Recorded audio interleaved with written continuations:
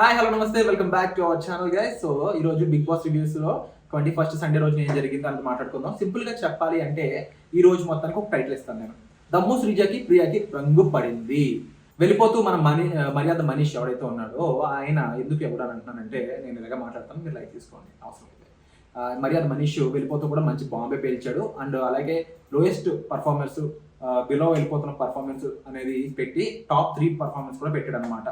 ఇందులో చిన్న షాకింగ్ కూడా ఉంది, అది విషయం కూడా రివీల్ చేసుకుందాం మనం ఇప్పుడు. సో ఫస్ట్ ఈ విషయానికి వస్తే దమ్ము శ్రీజ ప్రియాకి రంగు పడింది. ఎందుకు పడింది?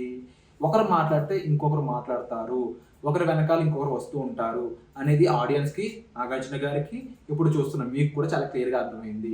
దీనివల్ల ఏమవుతుంది అంటే ఒకరి గేమ్ ఇంకొకరు బాగా ఇన్ఫ్లూయెన్స్ చేసుకోవడం వల్ల అది గేమ్ ప్లేలో స్ట్రాటజీయో కాకుండా వరస్ట్ ప్లే కింద మారుతుంది అనమాట. ఇదే మర్యాద మనీష్ ఈరోజు చెప్పడానికి ప్రయత్నించాడు. ఇక ఈ విషయం పక్కన పెడితే లో పర్ఫార్మెన్స్ లో ముఖ్యంగా దమ్ము శ్రీజ ఫోటో మర్యాద మనీష్ పెట్టడం అందరికి షాకింగ్ అనిపించింది అనుకుంటున్నారేమో కానీ అస్సలు కాదండి. ఎందుకంటే ఆల్రెడీ మనీష్ ప్రీవియస్ ఎపిసోడ్ లో కూడా దమ్ము శ్రీజ గురించి తన చిరాకుని, తన ఇరిటేషన్ ని ఆల్రెడీ వ్యక్తం చేశాడు. ఆ విషయం ఇమాన్యుయల్ దగ్గర కూడా షేర్ చేసుకున్నాడు. మీరు అబ్జర్వ్ చేస్తే ప్రీవియస్ ఎపిసోడ్కి వెళ్ళి చూడొచ్చు. సో ఇక విషయానికి వస్తే ప్రియా అనే పర్సన్ కి ఎలిమినేషన్ లో దాదాపుగా టాప్ 3 అంటే ఎలిమినేషన్ లో కూడా టాప్ 2 టాప్ 3 లాగే పెడుతున్నారు కాబట్టి టాప్ 3 వరకు వచ్చేసిందండి. లాస్ట్ లో ఎక్కడో లక్ ఉండి తప్పించుకుందని అంటున్నారు అందరూ ఆడియన్స్ టీమ్. ఎందుకంటే రీసెంట్ గా 2 days బ్యాక్ వరకు ప్రియానే ఎలిమినేట్ అయింది అనుకున్నాం అందరూ కూడా. కానీ ఎక్కడో నిజంగా మనకి లక్ ఉంది కాబట్టి సేవ్ అయిందని అనుకుంటున్నాను నేనైతే. బికాజ్ ఆడియన్స్ లవ్ అయితే అంతగా ఉందని అనుకోవట్లేదు. బట్ ఇంకా ఈ రోజు అయితే తనకు కొంచెం క్లారిటీ వచ్చింది, ఎక్కడో తప్పు చేస్తానని. ఎందుకంటే ఎపిసోడ్ అయిపోయాక ఈరోజు లైవ్ మీరు అబ్జర్వ్ చేసినట్టయితే, నేను అబ్జర్వ్ చేశాను, తను చెప్తా ఉంది కొంచెం జాగ్రత్తగా ఉండాలి, జాగ్రత్త పడాలి అని అంటారు. అయితే అదే టైంలో ఒక పెంట జరిగింది. ఏంటంటే దమ్ము శ్రీజకున్న నోటి దొల బయటకు వచ్చింది.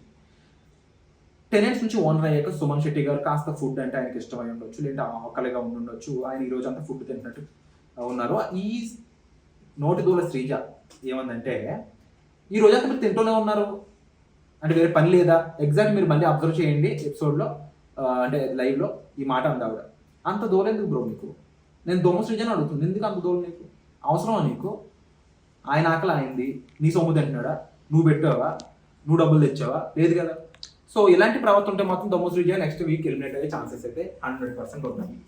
ఇక మనీష్ కూడా వెళ్ళిపోతూ బాంబు బాగానే పేల్చాడు. ఎందుకంటే ఒక పక్క తన ఫ్రెండ్ అని చెప్తూనే ప్రియాకి తనకున్న ప్రతీకారాన్ని తీర్చుకుంటున్నాడు అని కూడా ఒక మాట అయితే అనడం జరిగింది. ఆ రకంగా వెళ్ళిపోతూ బాత్రూమ్ క్లీనింగ్ మొత్తం ప్రియానే చేయాలి అని ఒక బాంబు అయితే పేల్చాడు.